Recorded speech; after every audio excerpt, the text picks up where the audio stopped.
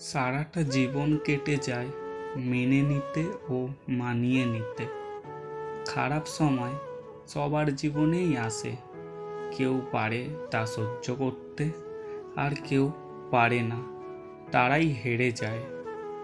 খালি নিজে থেকে কথা বলা বন্ধ করে দেখো, দেখবে অনেক মানুষ পর হয়ে গেছে। যারা তোমার ক্ষতি চায় তাদের আঘাত করো না, তাদের সামনে একটু হাসো, দেখবে তুমি আঘাত করলে ওরা যতটা কষ্ট পেত তার চেয়ে বেশি কষ্ট পাবে। যত মিশবে তত মানুষ চিনবে, অভিনয় যে কত রকম তা তুমি জানতে পারবে।